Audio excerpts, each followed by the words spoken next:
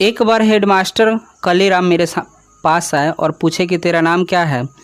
तो मैंने बोला कि मेरा नाम ओम प्रकाश है। तो फिर मास्टर साहब बोले कि क्या तू चुहेर जाति का है। तो मैंने बोला कि जी सर। तो मास्टर साहब बोले कि ऐसा कर, वो शीशम का पेड़ है ना, उस पर चढ़ जा और वहाँ से टहनियाँ तोड़ ला और पूरे स्कूल के चमका दे।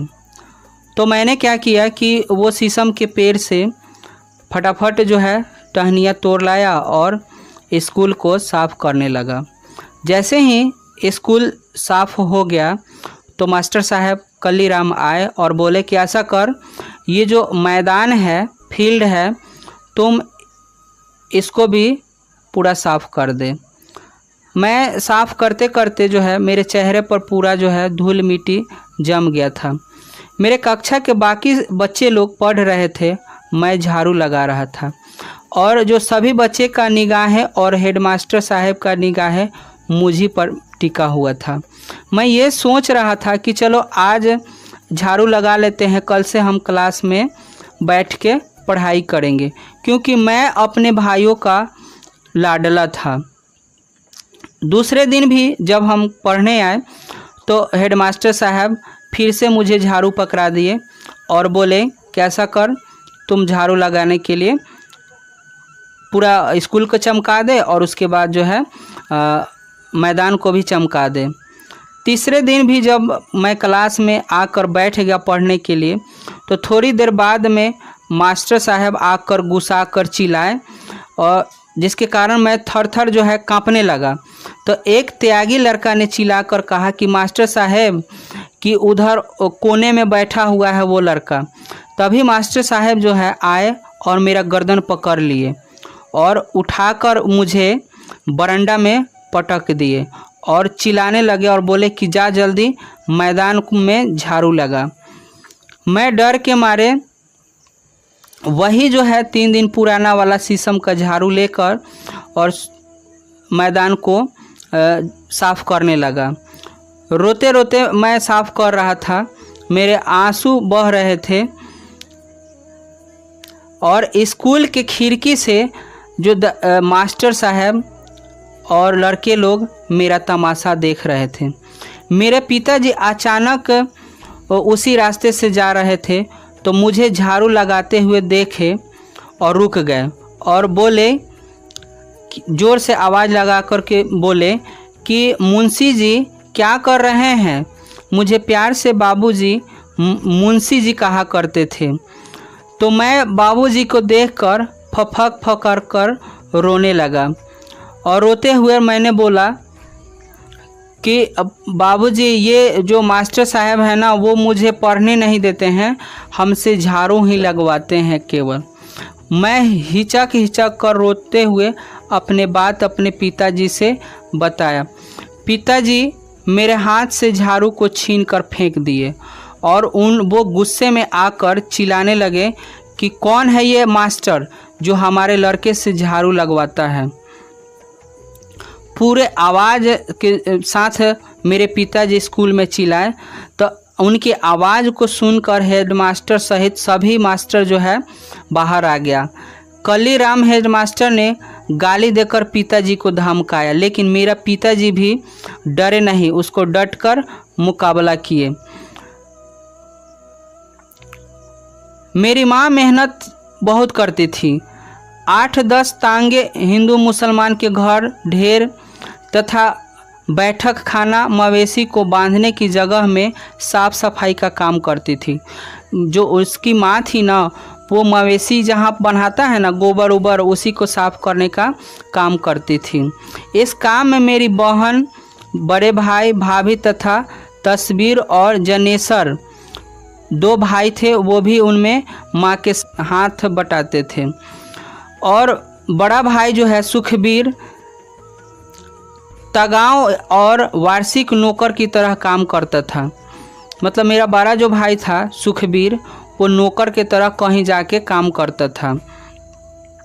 घर में 10 से 15 मवेशी यानी गाय भैंस रहता था और वहाँ पर गोबर उठाकर बाहर जाकर कुरियार पर उबेल बनाने की जगह पर डाल दे। जाने जहाँ कूड़ा करकट फेंका जाता था ना, कुरियार जहाँ चिपरी उपरी पटता था वहीं पर जाकर फेंक दिया जाता था।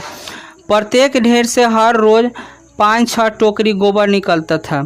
सर्दी के महीने में ये काम बहुत कठिन होता था। गाय भैंस और जो है बैल की सर्दी से बचाने के लिए दलान में बांधा जाता था, जिससे गन्ने की सूखी पत्ती और फूस बिछा कर रात भर जानवरों के गोबर और मूत्रमल साफ करना पड़ता था। 10-15 दिन बाद एक बार पाती बदल जाती थी और उसके ऊपर सूखी पाती बिछा जाता था। इतने दिन निकलता था। इस काम में बदले मिलती थी जो 2 जानवर पीछे फसले के समय 5 सेर अनाज यानी लगभग जो है 2.5 किलो अनाज 10 मवेशी पर मिलता था, यानी 2.5 किलो अनाज मिलता था। और साल भर में जो है 25 सेर यानी 12 से 13 किलो अनाज जो कि मिलता था। और हर घर में बची खुची जो रोटी होता था चूहेर के देने के लिए आटे में भूसी मिलाकर बनाई जाती थी। कहने का मतलब उन लोग को खाने के लिए ना आटा में क्या करता था लोग कि चोकर मिलाकर और खाना बना के उसको देता था। शादी ब्याह के मौके पर जब मेहमान या बारात खाना खाकर छोड़ते थे तो चूहेर दरवाजे के बाहर बड़े बड़े टोकरी लेकर बैठे रहते थे। बारात के खाने के बाद जो है जूठे पत्तल जो है टोकरी में डाल दी जाती थी, जिन्हें घर ले जाकर वह जूठन इकट्ठा कर लेते थे। पूरी बच्चे कुचे जो है टुकड़े, एक आधा मिठाई का टुकड़ा या थोड़ी बहुत सब्जी पत्तल पर पाकर बीच बिछा ली जाती थी। जिस बारात की पत्तलों से जूठन कम उतरती थी कहा जाता था कि भूखर लोग आ गए हैं, सारा चट गया है। अक्सर ऐसे मौके पर बड़े बूढ़े ऐसी बारातों का जिक्र बहुत रोमांच लहजे में सुनाया करते थे कि उस बारात में इतनी जूठन भी आई कि महीने खाते रहते थे। पत्तलों से जो पुड़िया को इकट्ठा टुकड़े करते थे उन्हें धूप में सुखा लिया जाता था और चारपाई पर कोई कपड़ा डालकर उन्हें फैला दिया जाता था। अक्सर मुझे पहरे पर बैठाया जाता था। जो लेखक थे उनको जो है रोटी सुखाया जाता था, वहाँ पर इनको बैठाया जाता था कि देखना इसे कुछ खा ना ले। मुर्गियाँ जो है, कौवा जो है, कुत्ते आकर इसे जूठा ना कर दे या इसे खा ना जाए। तब मैं डंडा लेकर उसके पास बैठा रहता था। सूखी पूरियाँ बरसात के कठिन दिनों में बहुत काम आती थी। उन्हें पानी में भिगोकर उबाल लिया जाता था। उबली हुई पूरी पर बारीक मिर्च और नमक डालकर खाने में बहुत मज़ा आता था। कभी कभी गुड़ डालकर लुदकी जैसा बनाया जाता था, जिसे सभी बड़े चाव से खाते थे। आज जब मैं इस बात के बारे में सोचता हूँ तो मन के भीतर कांटा उगने लगता है। दिन रात मर खप कर भी हमारे पसीने की कीमत मात्र जूठन थी। फिर भी किसी को किसी से शिकायत नहीं था, कोई शर्मिंदगी नहीं थी, कोई पश्चाताप नहीं था। जब मैं छोटा था तो माँ के साथ जाता था तो माँ पिताजी के हाथ बटाने तागियों के खाने को देखकर अक्सर सोचा करता था कि हमें ऐसा खाना क्यों नहीं मिलता है। यानी जो बड़े बड़े लोग खाते थे वो खाना देखकर लेखक सोचता था कि हमें ऐसा खाना कब नसीब होगा। आज जब मैं सोचता हूँ कि जी मिचलने लगता है।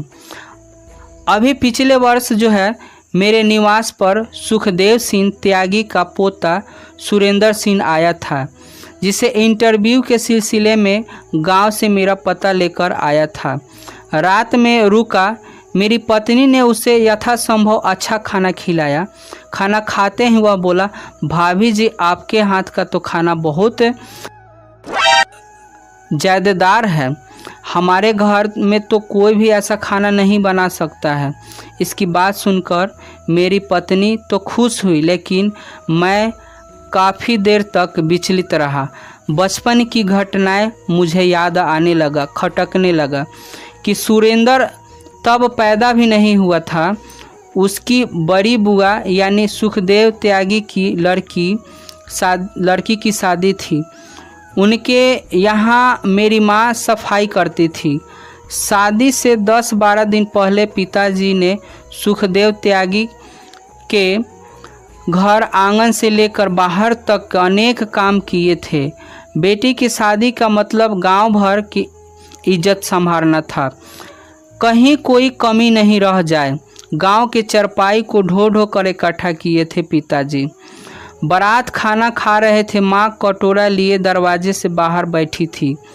मैं और मेरी छोटी बहन माया माँ से सिमटे बैठे थे, इस उम्मीद में कि भीतर से जो मिठाई और पकवान की महक आ रही है वो हमें भी खाने के लिए मिलेगी। जब लोग खाकर चले गए तो मेरी माँ ने सुखदेव त्यागी को दलान से बाहर आते देखकर कहा, चौधरी जी, इब तो सब खाना खा के चले गए, पत्तल पर धर कुछ भी तो दे दो। तो वो सुखदेव ने जूठी पत्तल से भरे टोकरी की तरफ इशारा करते हुए कहा कि टोकरी भर के जो जूठन ले जा रही है, ऊपर से जगता के लिए खाना मांग रही है, अपनी औकात में रह चुहेरी, उठा टोकरी दरवाज़ा से चली जा। जब उसकी माँ खाना के लिए बोला ना तो जो है सुखदेव उसे डांट कर खाने से भगा देता है, ठीक है ना। उन दिनों में जो है लेखक 9वीं क्लास में पढ़ता था। घर की आर्थिक हालत बहुत कमज़ोर थी। एक एक पैसे के लिए परिवार जो है तरसता था। मेरे पास पुस्तक भी नहीं था कि मैं पुस्तक को पढूं, तो दोस्तों से मांग कर मैं पढ़ाई करता था। कपड़े भी मेरे पास नहीं थे। वक्त बहुत बुरा था। उन दिनों गांव में मरने वाले पशुओं को उठाने का काम भी चूहेर के जिम्मे था। उसके घर में जो काम करता था उसके मरे हुए पशु भी उसी को उठाने पड़ते थे। उसके बदले में कोई मेहनत या मजदूरी नहीं मिलती थी। एक गाय भैंस या बैल को उठाने के लिए 4 से 6 लोगों की ज़रूरत होती थी। उसका मवेश मर जाता था तो उसे जल्दी लगी रहती थी कि इसलिए वह बार बार बस्ती में आकर चिल्लाता था कि देर होने पर गालियाँ देता था। उठाने वाले को इकट्ठा करने में अक्सर देर हो जाती थी।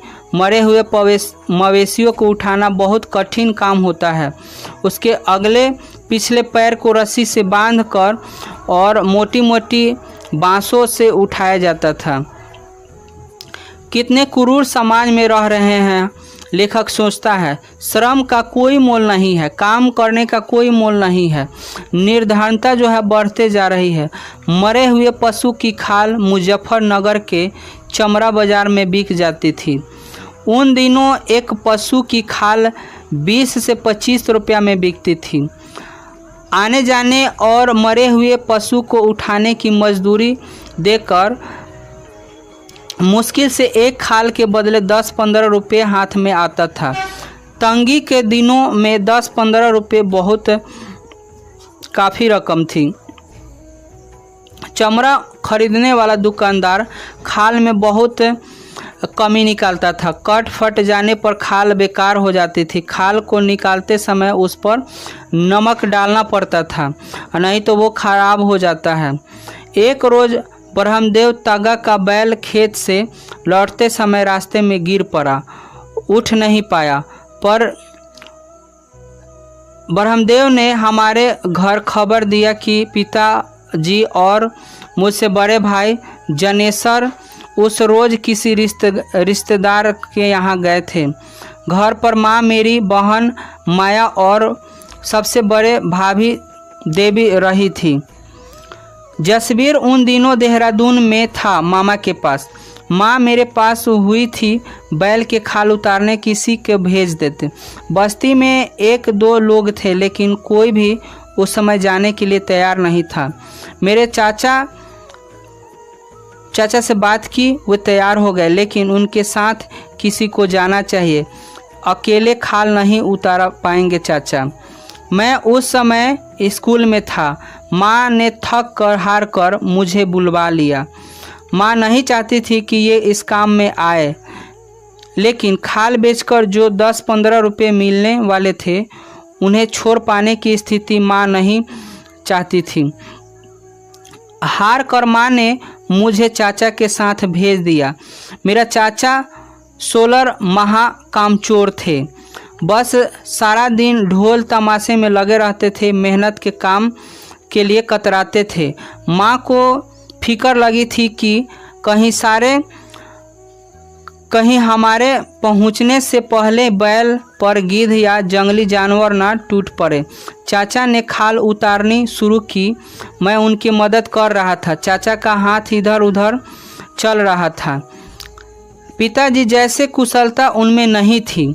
वो पिताजी से देहचोर थे। थोड़ी जो देर बाद थक गए, बीड़ी पीने बैठ गए। चाचा ने एक मेरे हाथ तार मतलब चाकू जो है चाचा उसके हाथ में पकड़ा दिए और बोले कि धीरे धीरे खा।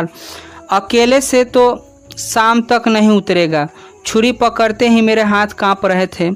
अजीब से संकट में फंस गया था। चाचा ने छुरी चलाने की ढंग सिखाया। उस रोज़ मेरे भीतर बहुत कुछ था। मैं टूट रहा था अंदर से। मैं ये सोच रहा था कि कैसे इस दलदल से निकलेंगे। जैसे जैसे खाल उतर रही थी मेरे भीतर रक्त बह रहा था। खाल उतरने में हमें कई घंटे लग गए। चाचा ने खाल को ज़मीन पर फैला दिया। उस पर खून की सूखी ज़मीन में सोख लिया। चाचा ने खाल को चादर में बांध दिया था। गठरी उठाकर सिर पर रख ली थी। लगभग 2 मील की दूरी पर हमारा घर था। बोझ के कारण चाचा को तेज चलना पड़ रहा था।